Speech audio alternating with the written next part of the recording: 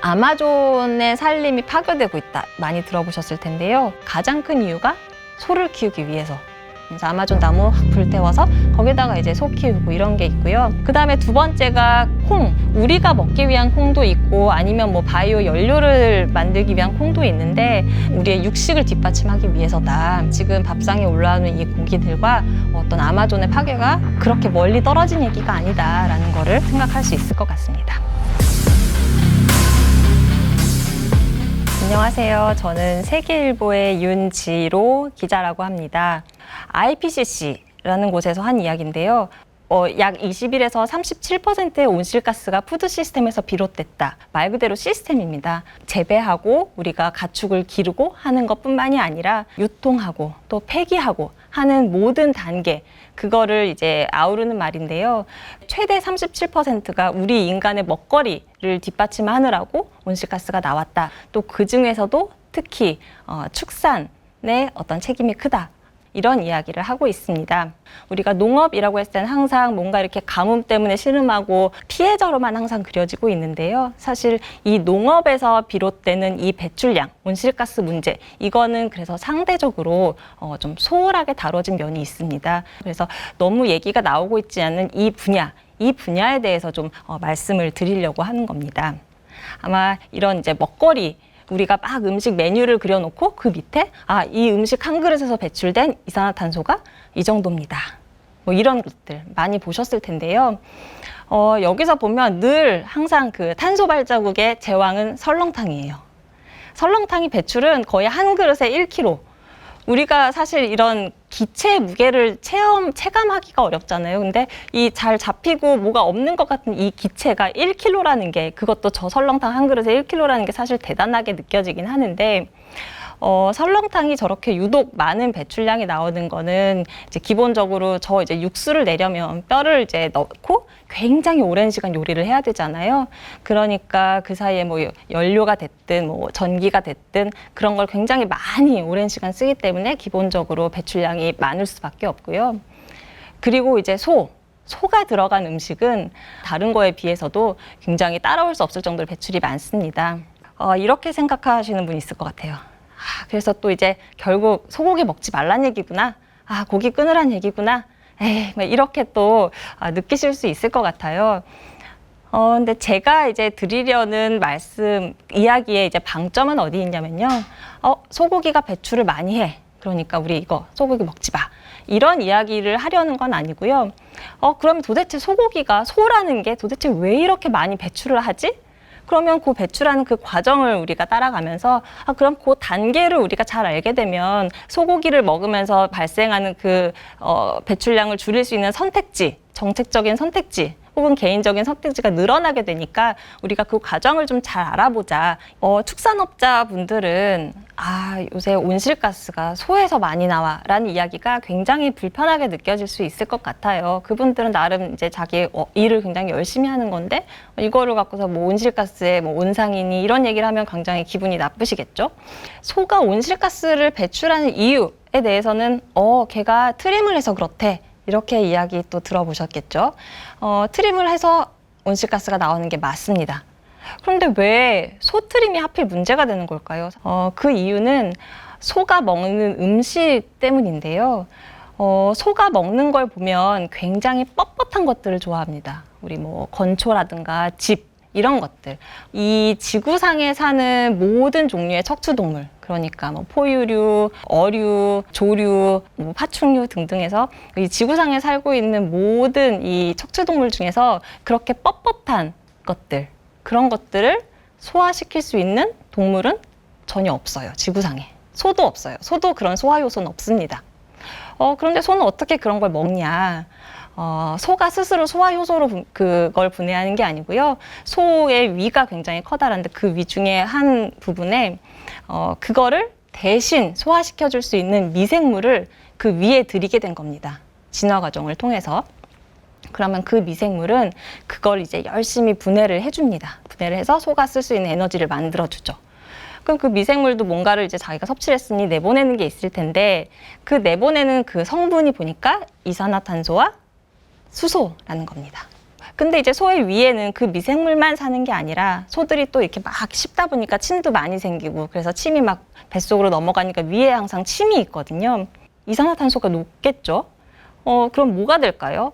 음료수 중에 이산화탄소 들어가 있는 거 뭐라 그래요? 탄산수라고 하죠. 탄산, 그러니까 산 성분이 되는 거예요.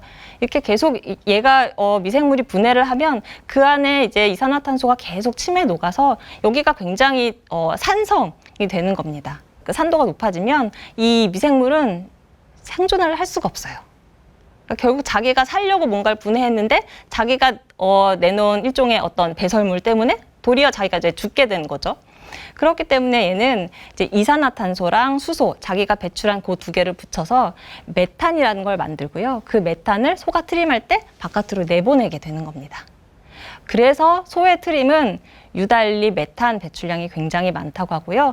메탄은 이산화탄소보다 한 28배 정도 그 온실 효과가 더 큰 가스거든요. 그런 온실가스를 소가 배출해낸다라는 이야기를 하는 겁니다. 그런데 왜 하필 지금일까요? 그 이유는 기본적으로 이제 소가 워낙 사육두수가 늘어났기 때문이죠. 우리가 이제 소라고 하는 거는 밭을 갈아준다거나 뭔가 이렇게 짐을 싣고 간다거나 하는 그런 우리의 힘을 좀 덜어주는 쪽에서 많이 쓰였고, 우리 산업화가 되면서 농기계들이 논밭으로 들어오고 하다 보니까 이제 점점 이제 소를 일소가 아니라 오로지 인간의 가축 먹을 거, 먹이로 이제 키우게 되는 겁니다. 이거 말고도 또 한 가지 중요한 이유가 있습니다. 소가 트림을 통해서 뱉어내는 온실가스의 양, 이거를 좀 더 이제 점잖은 표현으로 하면요, 장내 발효에 의한 온실가스 배출량, 이렇게 표현이 되는데요. 이 배출 계수를 결정짓는 건 사실 뭐 여러 가지 요인이 있는데요. 그 중에서도 특히 이 소의 무게랑 굉장히 밀접한 관련이 있습니다. 여기 보면 이제 지역별로 일단 소의 무게가 나옵니다. 인도소 같은 경우는 300kg 좀 넘어요. 약간 되게 좀 말랐죠. 그 다음에 이제 아시아, 동유럽 이렇게 등치가 커지고 북미에 가면은 소가 800kg가 넘어요, 무게가.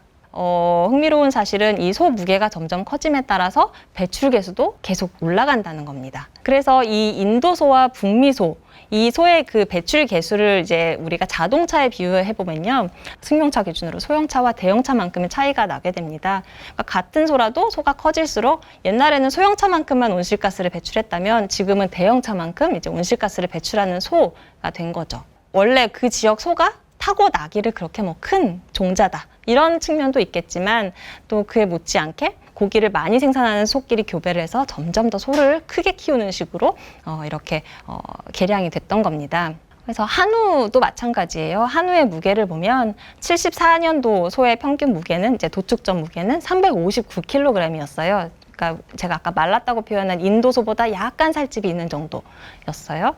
근데 이게 점점점 불어나더니 2020년에는 697kg. 이것만 해도 와, 그동안 굉장히 소가 많이 커졌구나 싶을 텐데, 올해 1월, 4월의 통계를 보니까요, 그 기간에 또 늘었어요. 지금은 이제 714kg에 육박합니다. 그래서 이제 우리나라 배출 계수를 낸 걸 보면요, 정확히 그것 역시 그 동유럽과 북미 사이에 그 정도 무게가 나가고 그 정도의 배출 계수가 우리나라 기록이 됩니다. 이렇게 점점 크게 키우는 게 비단 소의 이야기만은 아닙니다. 돼지도 마찬가지예요.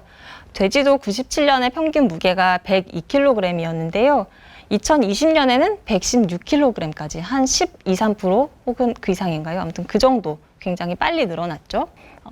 돼지가 소의 우리 한우, 아까 말한 그 한우의 한 6분의 1 정도 크기인데, 이 분뇨에서 발생하는 메탄 배출량은 돼지가 반대로 한 6배 정도 더 많습니다. 그러니까 돼지는 분뇨가 문제인데, 이 분뇨에서 나오는 메탄 배출량 역시 동물의 체중과 굉장히 비례하는 관계가 있다. 그러니까 우리가 돼지를 점점 크게 키움으로써 분뇨에서 나오는 메탄 배출이 굉장히 많아졌다라는 점을 이해할 수 있을 것 같습니다. 이렇게 우리가 뭔가 속도전으로 막 크게 키우고 빨리 키우고 하는 이유는 결국 우리가 그만큼 수요가 있기 때문이죠. 한국의 1인당 육류 소비량을 보면요, 아주 굉장히 가파르게 올라간 걸 확인할 수 있습니다.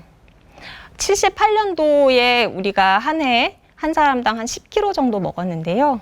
이게 이제 90년도 넘어가면서 2배로 늘어납니다. 2000년 정도가 되면 3배가 되고요. 그리고 최근에는 5배까지 이렇게 늘어난 상황입니다. 소 같은 경우에는 4배가 늘었고 특히 돼지가 굉장히 많이 늘었습니다. 돼지가 5.4배 늘었는데요. 돼지는 사실 굉장히 흥미로워요. 우리 지금 돼지고기 너무너무 맛있잖아요. 너무 잘 먹고 회식의 단골 메뉴이기도 하고. 그런데 사실 70년대 뭐 요맘때까지만 해도 사람들이 돼지고기를 너무 안 먹어서 정부에서 제발 돼지 좀 먹어라. 왜냐하면 그때만 해도 이제 먹을 게 풍족하지 않은 시절이니까 국민들 단백질 섭취를 또 이제 정부 입장에선 걱정을 해야 되잖아요. 근데 너무 이제 돼지고기를 안 먹고 그 비싼 소만 찾으니까 정부에서 막 조리법도 개발해서 그게 막 신문 기사에 실리기도 하고 이런 정도로 굉장히 장려를 했습니다. 근데 이제 이게 사육 방식이 좀 이제 고도화되면서 이제 돼지고기 어떤 냄새를 잡는 기술도 나오고 막 이러면서 이제는 돼지고기가 제일 빨리 늘어났죠. 5.4배 이렇게까지 늘어난 걸 확인할 수 있습니다. 네, 그리고 앞서 이제 분뇨 얘기 말씀드렸는데요. 분뇨를 처리하는 과정도 사실 문제예요.